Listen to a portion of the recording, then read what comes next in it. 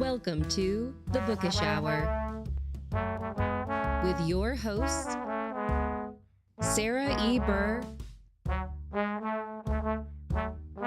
and J.C. Kenney.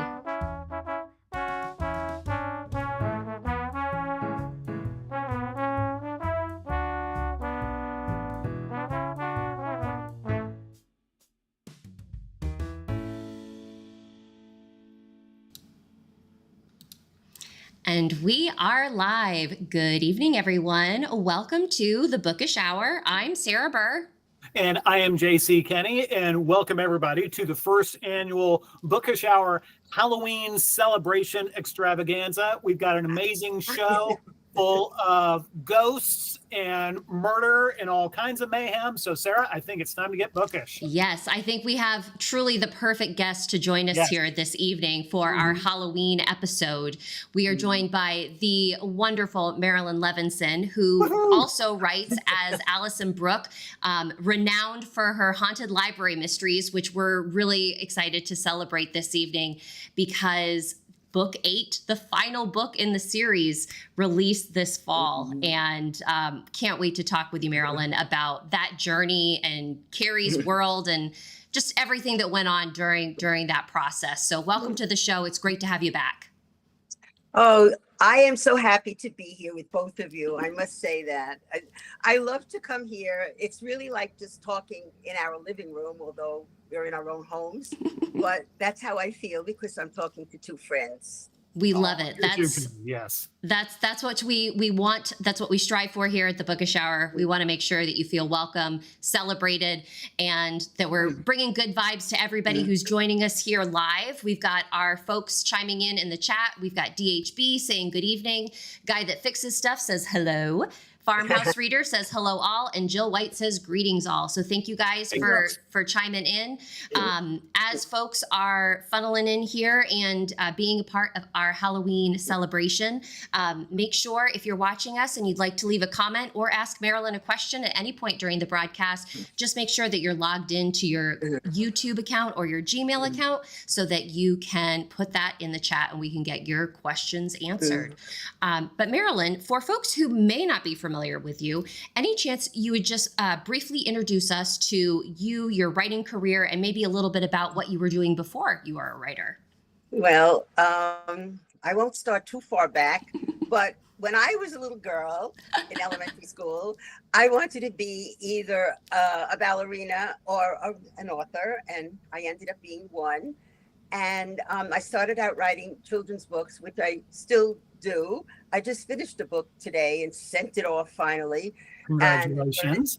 Yes, thank you. The third in my Rufus book, Rufus and the Dark Side of Magic. Ooh. And now I have to finish another book. And as I said, I started out writing children's books. And the last 20 years or so, I've been writing mysteries. And recently, so many of my books are coming back. Companies have been wanting to bring them back, which is very nice. And so I've been quite busy with that. I finished the Haunted Library series. Book on Murder is the 8th book and the final book.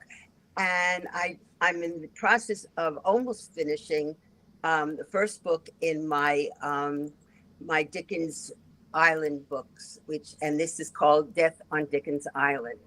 Ooh. Nice. You know, Marilyn, we were kind of joking earlier before the show, but I just want to tell everybody this. You know, you mentioned that you're busier now than you ever were. And I just think that's fabulous. And I think that's something for, you know, I just turned 59. Sarah's a kid. She's young enough literally to be my daughter. And, you know, Marilyn, when you talk about being busier than ever, I think that is a great message for everybody that we all just need to keep at it, keep living. You know, there are lots of stories to tell. And so thank you for continuing to tell them. Well, that's so true. Perseverance is the name of the game. It is true. And I mean, I have 4 publishers, and I mean, it's like, I know it's going crazy because I no sooner finished the book than I need to have the edits for another book but it's a book that's been out already. So, but thank God I have wonderful publishers, and they really look to have real good editing, which I'm really happy about. So yeah, this is, this is our life's process. This is right. This is our life, and we could talk about books, I don't know, from morning to night, right? And never exhaust the topic. I want Writing them and everything, for every aspect of them. Yes, absolutely. And you have just kind of like the span of books that you have written. You've written your children's books, you have kind of your horror novels, you have your cozy mysteries. It's amazing what you've been able to create. And I know that your fans of the Haunted Library Mysteries, they've been with you for 8 books. Carrie Singleton has been on a journey, and I would love to be able to kind of use some of our time together to kind of really reflect on, where Carrie started, how she ended up, what were some of your favorite moments during the series, but also for folks who may not be familiar with the Haunted Library Mysteries, being able to kind of parse out all the amazing things happening in Clover Ridge. So to kind of get us started on our little discussion for the evening, Booked on Murder. We've got a lot going on in this book for a final, last hurrah for Carrie. She's got a mysterious diary that may or may not have belonged to a witch. There's a bank robbery that has people associated with it showing up dead. How did you come up with how did you format the plot for this one? What were some of the things that you were just like, had you been holding on to these ideas for a lot of the series, or was it something that you're like, you know what, it's now or never? Well, Carrie starts out, she's ready to leave town. That's how the book begins. The very first book begins, which is actually a Halloween type book, right? The cover is a Halloween book. And she's ready to leave town, Clover Ridge. Now, this is a town where she's been living the past 7 months, but it's also the town where her father's family had a farm. And so she used to go to the farm for many summers. And she comes from a dysfunctional family. Her father was a thief, and even when he wasn't in jail, he ended up being away from the family. And he and her mother are divorced. And her mother was never very maternal. And the one rock that she counted on was her brother. And he dies and he's about 24, and he's older than her. And so she just sort of drifts from town to town. She always works, of course, but she's in a very bad place. And so she asks her mother, can she go and stay with her and her husband, her young husband, and they live in Hollywood because the husband has left his job in finance to try and be an actor. No, it's really not a good time for us, dear. So she goes to stay with her great aunt and uncle, and they have a house on the green. And this is a made-up town, but I had a very definite town in Connecticut in mind when I started this series. And so she gets a job in the library. It's a nothing job. She shelves books. She takes care of the children who should read a story. And so she's ready to leave when a job is offered to her. And she does have the degree, and she's ready to say no, but a voice tells her, don't be a fool. Just tell her you'll think about it. And that's Evelyn Havers, the ghost who is in her library, and only she and her young cousin can see. And through the books, we see how Carrie grows. She gets involved because she rents a cottage from somebody who doesn't seem very friendly. He looks familiar, because it turns out that he used to play with her older brother, when they used to come and visit during the summer. And she rents this cottage, and she doesn't see very much of Avery, of Dylan Avery, and because he's an investigator, and he often goes out of the country, and he was based in Atlanta. But over time, of course, their relationship develops. I'm mostly interested in relationships and what make people tick, how people relate one to each other. And a few of the things I did was I had the changes that Carrie has with her relationship with her father. That's in the second book, Red and Gone, and her mother in the fourth book. And they do keep evolving. And of course, she's developing friendships, and she's gaining a sense of confidence because she becomes the head of programs and events in the library. The library is on this green. These are all old buildings, centuries old.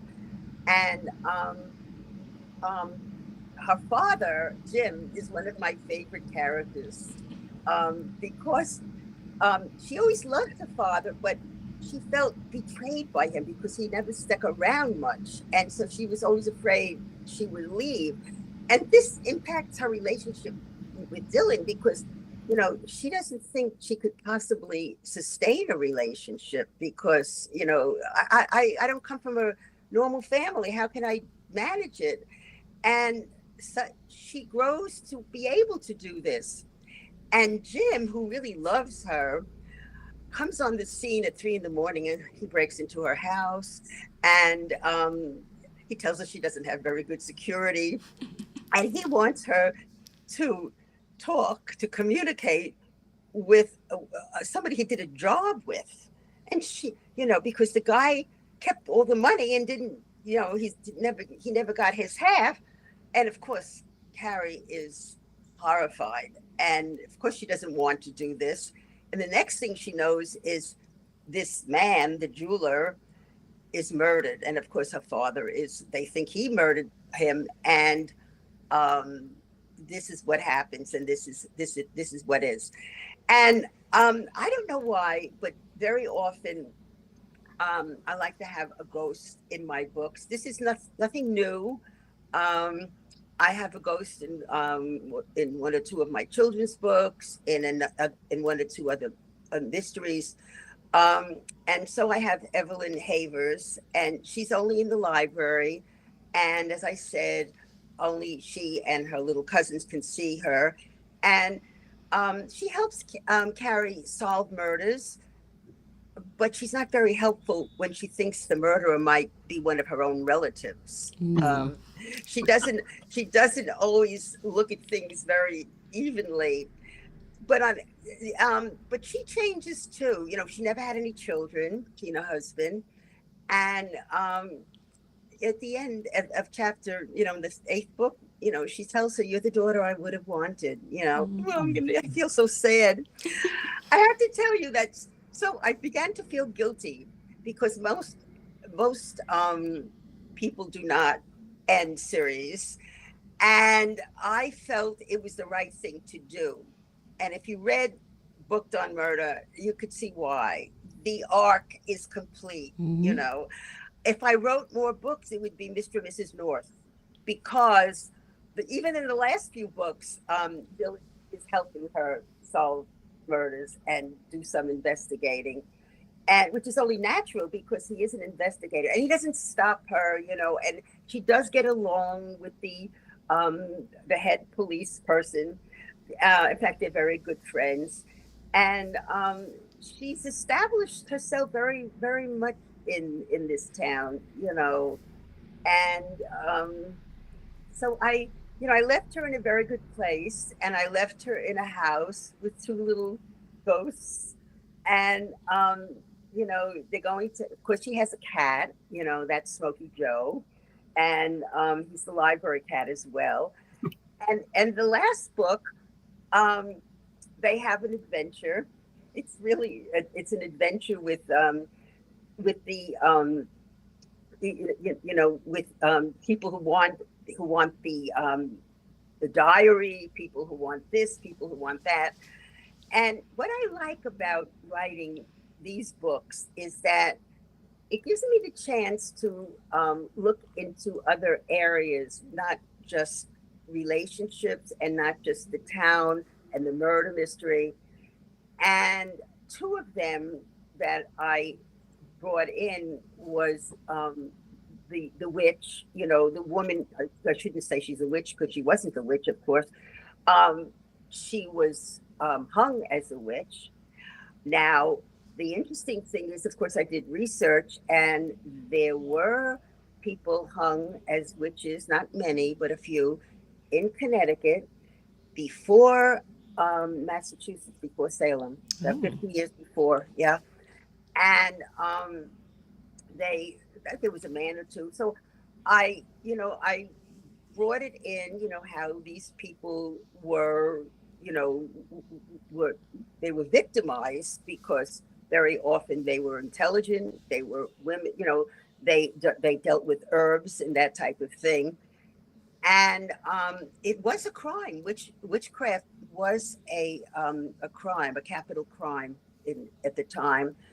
And now these people, I'm talking about the real people now, people who were hung as witches, their family members, their descendants wanted them to be exonerated. Mm-hmm. They weren't, but there was nothing there was nothing to do. First of all, the records weren't good. There was nothing on the books. I couldn't understand it, because if they did have it as a homicide type, as a capital crime, that was, but I guess maybe they never declared that it wasn't a crime. But it took years and years, and when I finished writing it, they were exonerated. I forgot how many. I think 5 were exonerated. So I thought that was interesting, because I did put that into the book. And then I created a secret society that she's asked to join, sort of a vigilante society. And I just thought that was interesting, why these people, who they were. And they were people she knew, a lot of the women she knew. It was a women's circle, but 1 or 2 men were in it. But she felt betrayed almost, because she knew so many of these women and she didn't know this side of them. And she has to decide if she wants to join or not.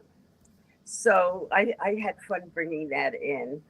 And, it ends on a very happy note. And a wedding and other good things, which I won't mention it, and they're going to be having 2 dogs. They've decided, virtually on what kind and what breed. And that she's going to have a happy life. And I did say to some people, I will write more stories about them, and maybe I will, because, they're such wonderful characters, and, they're part of me. I don't know how else to, put it. That's just wonderful, and what I've joked, Marilyn, is that I had a series that I was able to wrap up on my own. Sarah's in the process of doing that. And there's nothing like it, being able to kind of dictate the terms that, okay, these are my people and they're going to get the exit that they deserve. Yes. It's very important, I think. I really do. I mean, you could always write stories about these people if you like. They're your people. Mm-hmm. But you have, and I feel, this is an entity, people want to read it, and I know 1 or 2 people told me, I'm going to reread. My friend and I, one woman said, we're going to reread this series. And, that's such a wonderful feeling, that someone cared so much about the characters that, they wanted to read it again. So, but it is good to be able to end things on your terms, as you put it. Yes. Mm-hmm. And I think, agree. And I think you had made this point, Marilyn, about, you chose to do this, whereas sometimes, in this industry, you are kind of your series ends and you don't get to create a conclusion that satisfies both you and your readers. So the fact that you were able to have this happily ever after aspect to your series, I know like your readers in particular are very, very grateful to have had that experience, because oftentimes, especially in cozy mysteries, series can just end and you're like, is there going to be something coming? Like when am I going to get any resolution here? So in thinking about Carrie's story arc, because you had mentioned like, she begins the series by wanting to leave, and and how she develops and grows as a character. But one thing I would be curious to get your opinion on is, how does the library grow and shape and develop throughout Clover Ridge, throughout the series? Because it does seem from a reader standpoint that it feels like the library has become more of a community center that Carrie has had a hand in navigating. And I'm wondering if that was an intentional decision made by you, or if that was something that just kind of happened naturally because of who Carrie was. Yeah. Well, I think part of it is because she had no idea of her capabilities. And even Sally, the director, said how much it had grown. And in the sixth book, we actually see the growth of the library, because they take the building next door, and they break through, and of course there's a ghost there. But I just had such a kick out of it, because he wasn't he turned out to be Dylan's uncle, who he had been sort of admired, but he wasn't the most honest person. He pulled all kinds of things, and they find his body, but he's a ghost that anyone can see practically. And Carrie and Evelyn have to hide him, and it's just so funny. And Evelyn, she comes and goes, and she puts him up in the attic. She puts him in a room where nobody is. And at first he breaks through. The contractors break through before, they're not ready to do the arch yet, but they broke through. And so he's awakened, and where am I? And the books are flying all around. So and Carrie's so thrilled when Evelyn appears, and they whisk him off, because people, what is that? What was that? And he's a disturbance, which is really it. He doesn't know who he is. He doesn't know anything about it, and they have to do research about it. So that is part of how the library's been growing. And also their friendships keep growing. The people, Victor is a good example. He's an import-export person from Europe. He came, he came from Eastern Europe, and they first think he's involved in the people who are making copies of art, art of paintings, and he becomes a very dear friend of them. And then I had so much fun with Babette. She's the the high school art teacher, and she's always putting on airs, or she'll come late, and then she and Victor hit it off finally one night, and they become quite a couple. And Carrie's her whole attitude, it just changes, because she didn't like Babette. I mean, for good reason, but things change. In other words, things change and evolve, and that's what happens with people, So I just I love secrets, and I love going into the past. And in many of the books, my books are complicated, and in the fourth book especially, where there's an old murder, and they're putting on they're filming a movie in Clover Ridge, and this gets very complicated, and I'm able to pull everything together and get the ending that I want. I don't want to say too much about it, but that that required a good deal of thinking. Speaking of which, one of the questions you had, do I plan it? I don't know where these ideas come from, frankly.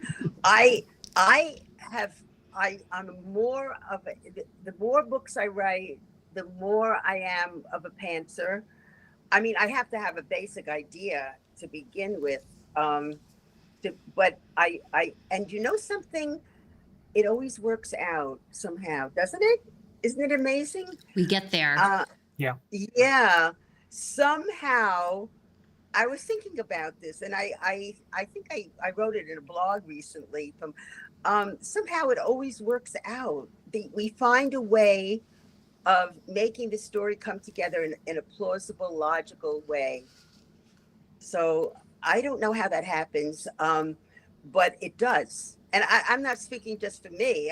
I'm speaking, for all of us who do this, write book after book. And, we're pulling in all different elements. And then, how do I get this over here, right? And that's what I had to do with the end of the book I just finished. And I'm going to have to do it with the death on Dickens Island. But I will. I'm just about writing the end of that.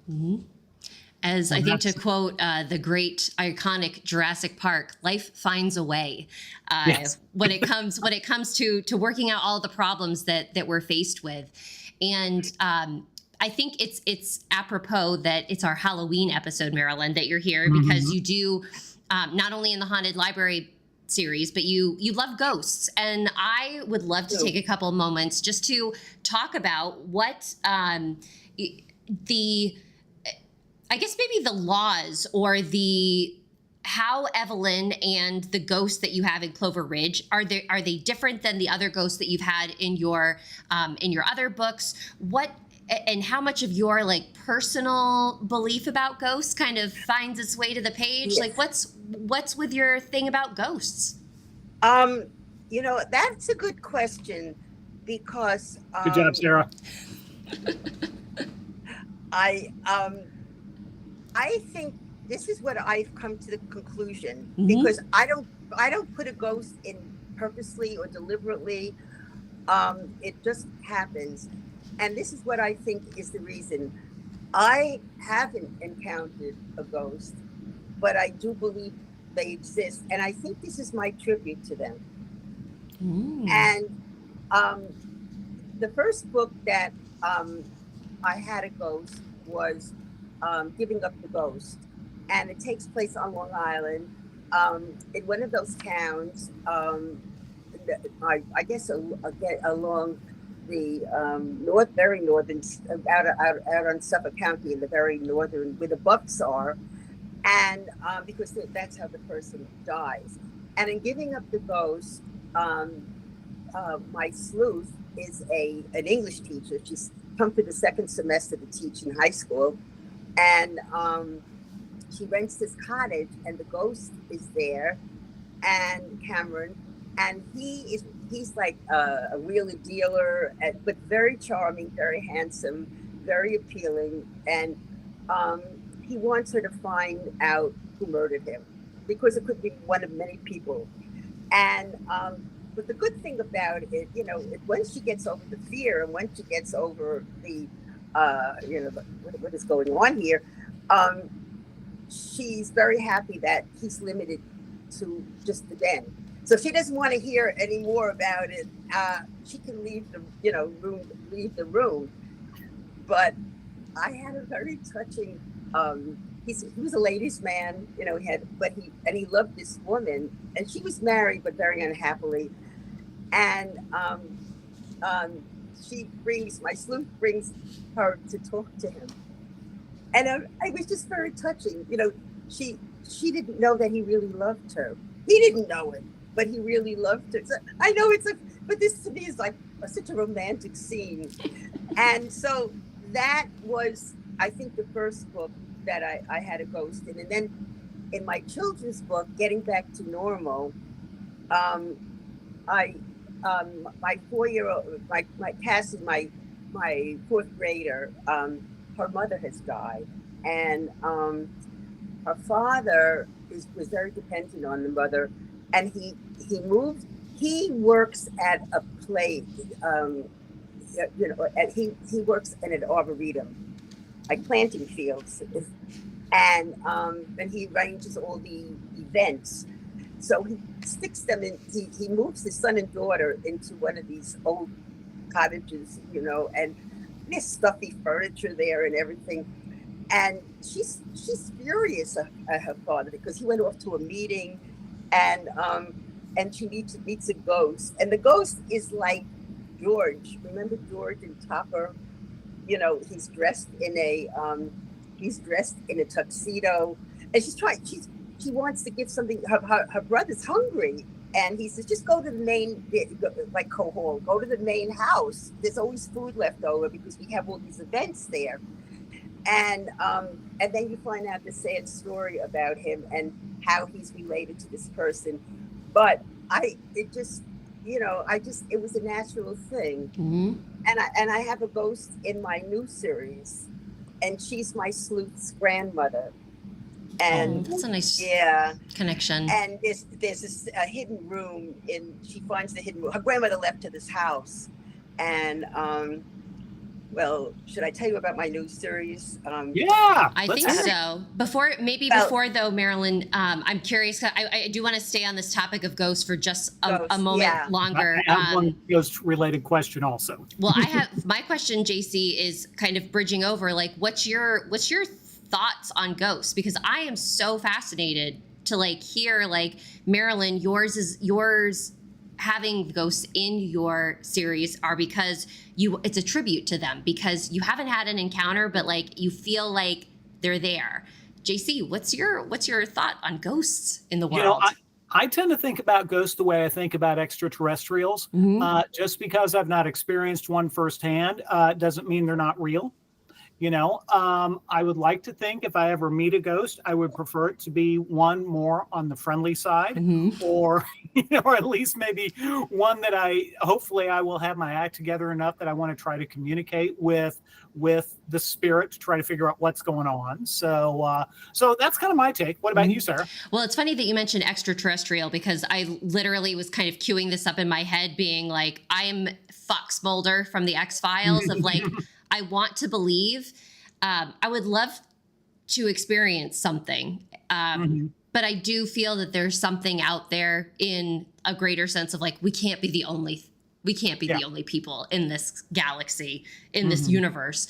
But I'm watching a show right now that's called Live from the Other Side with Tyler Henry. And apparently he's this big medium to the stars, and his readings are just so fascinating to watch because you're like, how is he getting this information? Where is he getting this information from? How how does he know? So when is it on? It's on Netflix. It's on Netflix, and it's actually like a live stream show. Wow. I think it airs every Tuesday. And so he does these live readings where he doesn't know who his celebrity guests are before they come out. And his celebrities bring an entourage with them. So they've got their, family members or friends. And so everybody can kind of get a short reading. Some of them have just been really wild. Some of them I'm like, I think he guessed that. But some of them are like, how does he know? And to me, I think it's because there's something out there. And the amount of scary movies and haunted ghost movies that I watch, it's I have to believe. So absolutely. Yeah. And folks, speaking of believing, I don't want to believe it. We've only got about 25 minutes left. So if you have any questions or any comments for Marilyn, please let us know, put them in the chat, and we will ask Marilyn about them.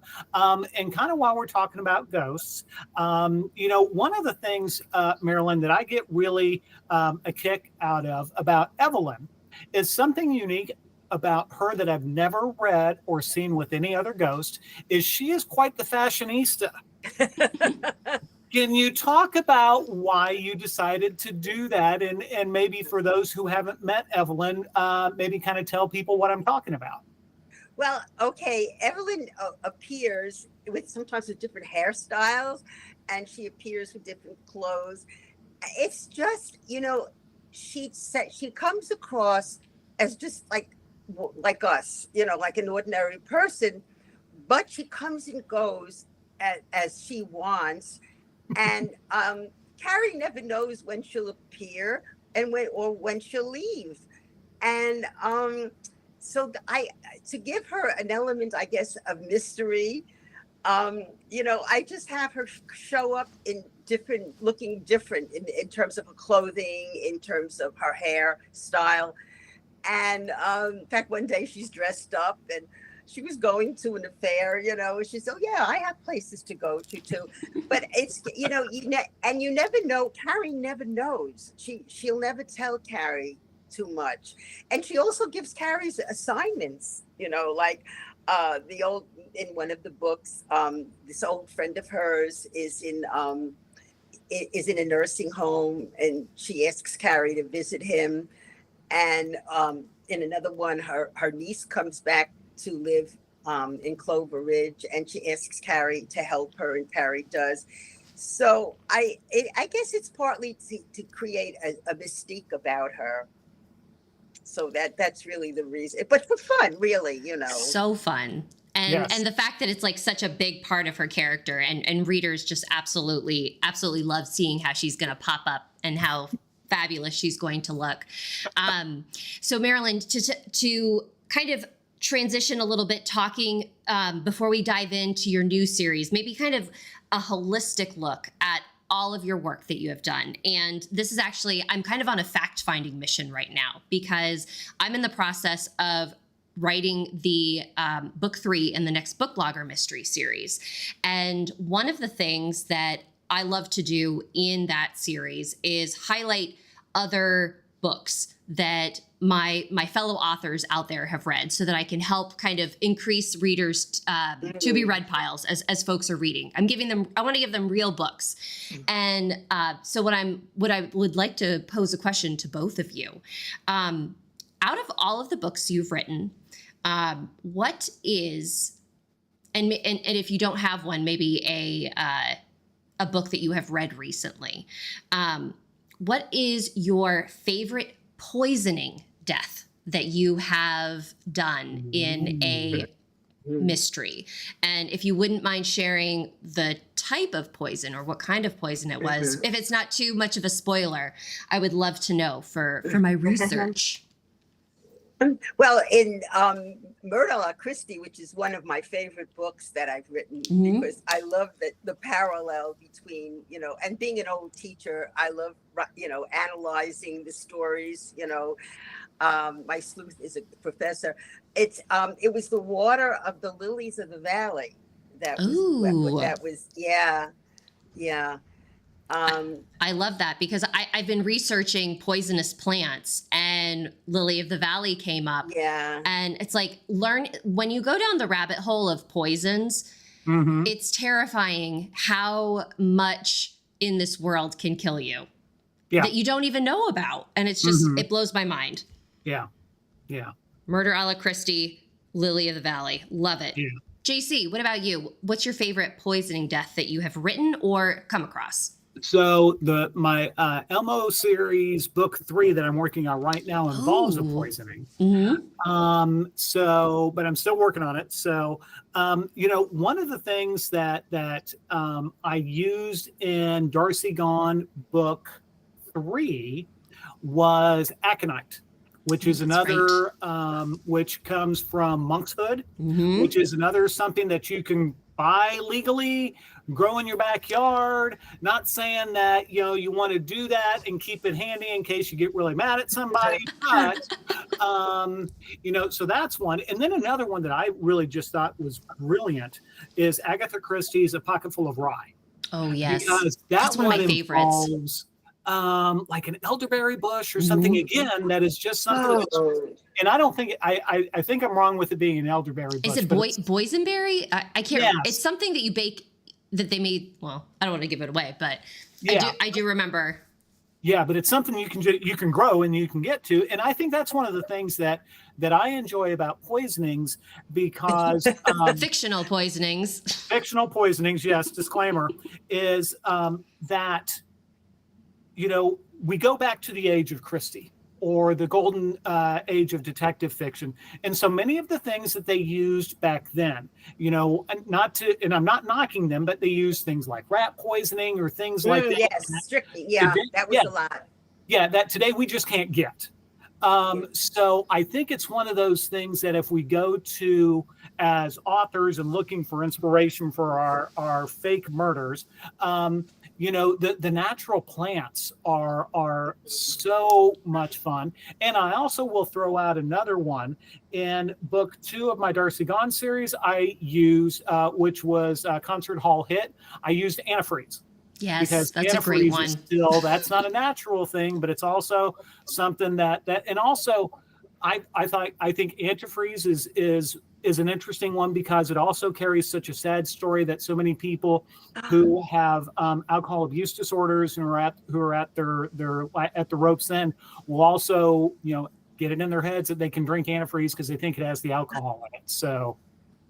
Yeah, the antifreeze, I've definitely, from just like a reader standpoint, has become like a very accessible one for cozy mysteries. And because it's very, it's undetectable if you're not testing for it. So people can kind of get away with murder. But we do have a question from one of our audience members, Marilyn. Let's see, your comment about how you develop the plot within a single book when you're writing a series. Do you have a plan or just wing it when you finish the last book in the series? So I guess maybe, Marilyn, did you have to go through and make sure that like all of your plots were kind of tied up in anything, like any lingering things that were kind of hanging over Carrie throughout the series? Did you feel that you had to kind of go back and make sure that everything was tied up? Yeah. Well, just their personal lives, were consistent. They kept moving on, and that just moved on. But I did resolve every issue, and I know many people who read my books. They said, because they don't always start with the first book. They say how any of them can be read on its own. So I do tie everything up. It's so hard to know. It was hard to write that last book. And again, it's complicated because I bring in, I'm having different things happening, and then very often these characters come together. And so I had to bring in all these other aspects, the wise women group, the part with the diary that people was trying to steal, and the wedding that was going on. And meanwhile, there was this bank robbery that occurred 7 years ago, and the people who were involved, so far two are murdered during the actual, the book. So I had all these things going on, and they had to be resolved. But everything is resolved, So, but I did it for each book. Each book was its own, But the characters developed. So if you would see the difference in a character from book 3 to book 7. You'd see a very big difference in the character's growth. Let's say, especially Carrie's. I'm talking about. Fabulous. So speaking of which, I'm gonna ask you a little question that may be a little bit unfair, but I'm gonna ask it anyway because the series is over. So when you first started writing Carrie, did you know that she was gonna get married in the end? I had no idea. I just knew the first book. It involves a cold case. I knew that, and I had the idea of where the setting is very important. Oh my God. Like in the new book that I'm writing, the setting is so important because I create it. I'm putting an island smack in the middle of the Long Island Sound. So, but the same, even with any series, don't you think? The setting is so important. And So I knew my setting, and I knew my background with her great aunt and uncle. You know, they in the library are the stability elements of the story, and it's Okay. just how Carrie goes on. You know, this lieutenant, this homicide detective, is murdered right in the library in front of everyone. And so she wants to solve that because she feels guilty because the Sally said, well, maybe we shouldn't have this. You know, people, you know, like things that threaten. Maybe he says he knows who murdered so and so. Maybe we shouldn't be doing this. And so Carrie not only is trying to solve the murder of that the present murder, but also the one that occurred 15 years earlier. Mm. And then she gets involved with these different people, you know, trying to figure it out. So, you know, it's so hard to know because you know certain things, but other things just come and then you don't remember when they appeared, you know. So I think I have a very strong sense of the beginning of it, and then whatever happens. Yep. But that's the beauty of creating. Yeah. And real quickly, Marilyn, because our time is running short together. Tell us a little bit about this next project that you're working on, Death on Dickens Island. Yeah. Well, a few years ago, I visited these islands they were part of Washington State, and I wasn't going to write anything about Washington State, but I wanted to put it closer to home. And so I created this island smack in the middle of Long Island Sound. And I knew that I wanted my sleuth's aunt and uncle are the main characters in the terms of they are the, you know, she is like the mayor of her Aunt Reedy, and her Uncle Brad is the head of the council. And they're at odds because they want different things for the island. And I go into her background. She comes, Delia, was divorced. She lived in Manhattan. And she has a 15-year-old son. She's divorced, as I said. And the last 12 years, her parents have been raising him on the island. And so her mother decides she needs a break. And she ends up moving into Delia's apartment in Manhattan. And Delia is back on the island. Oh, that's fun. And the family owns the general store. And her father said, "Well, you know, we need to improve it. We need to bring it up to date." But he's like his brother, Brad. You know, he keeps. Well, maybe eventually we'll do that, and that's part of the reason why his wife needed a break from him. So. The book opens where he tells his daughter, Delia, your aunt and uncle are at it. You have to do something about it. You know, me? Well, your mother is usually the one, but she's not here. So when she goes to talk to them, because, you know, everything that deals with the island, Brad wants to keep it the way it is. And she wants to, you know, move ahead with things. And so there is that issue.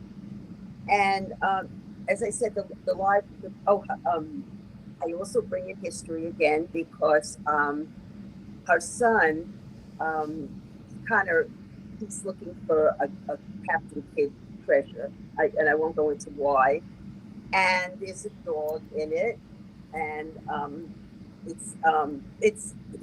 and then her grandmother, they find a secret room. And the grandmother only appears there. And there is this farm on the island that has a very big, plays a very big role in what's going on with the property. So Reedy said she's going to divorce Brad, and one of the reasons is because this Missy is making up to him, and they're having an affair. It's not true, but. Delia and her son are over at Delia's father, which is now where her uncle is, because we need to throw him out. And who does Brad bring over? Missy for dinner. And that night, Missy is murdered. And so, again, there are many different. And there is a vet who plays a role because he is Deirdre's first love, and he broke her heart. So yeah. So, which he's in the picture also. And, there are many different aspects of it. And it's a fun, I'm having fun writing it. Lots of relationships that sound really like fun shenanigans at play.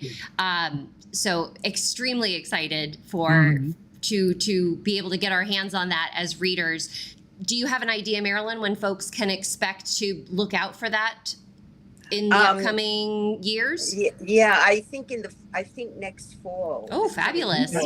Yeah, in fact, my editor thought that it was due this past December. I said, no, this past June. I said, no, I have to till December to write it. So anyway, so I think it's coming out in the fall, next fall. I saw the cover. It's absolutely gorgeous. Ooh. It's a watercolor. It's a watercolor. Oh yeah, you always like my covers. I love your covers. Yeah. Yeah. So I've been very happy. Fabulous. With my publisher. Yay. Yeah. Well, we're excited. We're excited to be able to see this next chapter in your writing career. We've got DHB with a comment saying, "Very cool that you do not lay it all out before you start writing. That your plots just develop organically." So we've got some admirers of your process because it certainly works because you write absolutely fabulous books, and we're so grateful that you were able to spend your evening with us this tonight. And as we kind of do on tradition, as we kind of sign off on our hours here, we ask, what are you reading? What are you watching? What are you listening to? Any recommendations for our viewers about content that they can consume? Well, I was just, Shepard's asked me, what are your 3 favorite books of 24? And I have to tell you, this is not a mystery. But I posted it on Facebook. The first book that I wrote was "And the Ladies of the Club." It's a book that came out in the 80s, and I was so many of our friends had read it. And one woman, it's a very long book. It's over 1,100 pages. Oh, wow. So yeah, and I did read the new Osmond book. It's not the Thursday Night Club. That was my opinion. And yeah, I don't know. I'm just trying to think what else. What am I watching? I can't remember what I've been watching. No worries. If something comes to you, let us know. JC, what have you been tuning into this past week? Well, Marilyn, the reason you can't remember what you're watching, you're so busy writing these great stories, you don't have time. No, I will tell you what my favorite is. It's called Murder In, and I will go back to it periodically. It's very, very popular in France, and it streams on certain places. Every single episode is in a different place in France, and many of them I've never been to or heard of. It is phenomenal. I think it has 15 seasons. Ooh. And it is that is my favorite of all the all the shows. And I mean, I watch all PBS and all these, but Murder In is my favorite. That's a great, I love things that have 15 seasons because it's like, then I can settle in and enjoy. Yeah, no doubt. Yeah. Well, as far as what I've been consuming, as far as TV goes, I want to do a quick shout out to Murder in a Small Town.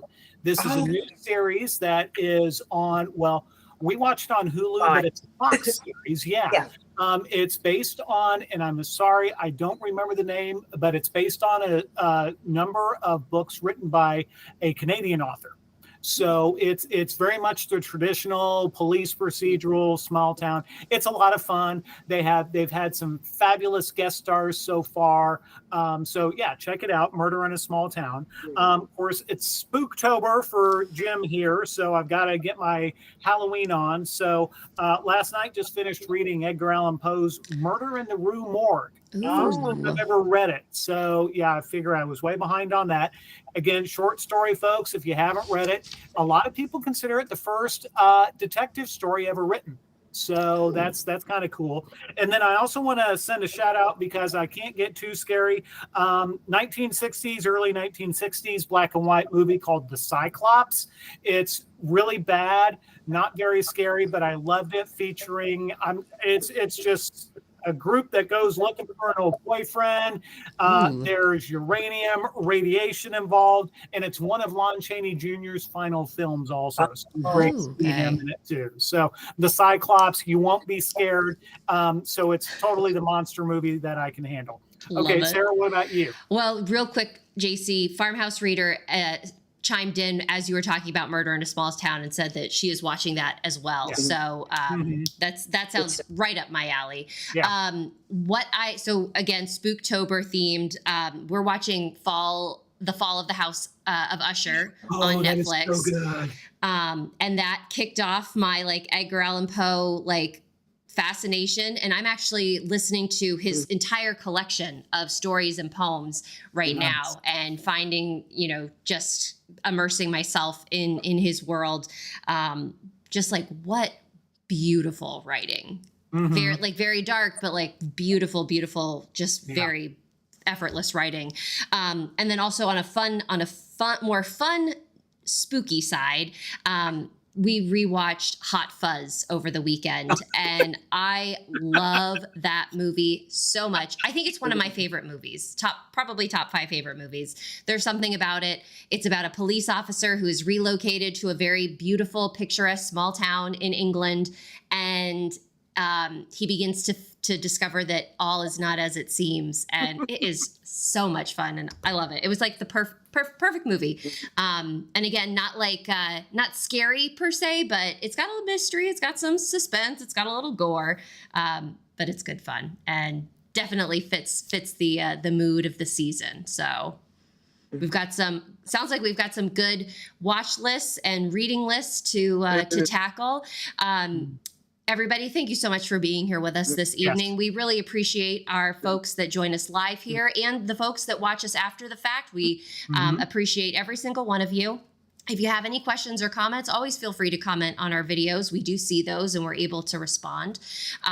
We are taking a little bit of a hiatus. We've been very, very busy with our streaming schedule recently. Yeah. We're going to be back on November 7th, where our guest is going to be the fabulous Karina Moss. And we're going to be talking about her cheese shop mysteries, which are just so delectable. So we will we'll connect with you then. In the meantime, do remember for our American friends that November 5th is election day. Make sure that you get out and vote. You can always check your voter registration status at iwillvote.com. And we will be here for you on November 7th to get to have some bookish fun. So, and Marilyn, I'm sorry, Sarah, I shouldn't have interrupted. No, but go for Marilyn, for folks who have not met you before this evening, where can they find you online? Do you have a newsletter, stuff like that? Oh yes, I do have a newsletter, and they could sign up on my website, which is www.marilynlevinson.com, and I'm on Facebook a lot, and all my books are on Amazon and other places, and you could sign up for my newsletter. That would be great. Okay. Perfect. Yes. Super. Marilyn, you're very active on Facebook, and I love how much you interact with your readers and your fans there. So if folks are looking to connect with Marilyn, make sure that you reach out. Yeah. She's a wonderful, wonderful person. And thank you so much for being here with us. As always, it's wonderful talking with you. We love you. Yes. Well, I love to be here. I just love you guys. And it's just talking in our living rooms. It's just wonderful. We could just go on and on. We could, and it's a wonderful feeling, and we're very thankful that you were here with us this evening, and we look forward to having you back when we get to meet Delia and all of her kooky family and get to chat about it. So again, thank you for being here. For our viewers, thank you so much. We will see you in November 7th, 8 p.m. Eastern Standard Time. But until then, folks, stay bookish. Happy Halloween. Bye. Bye.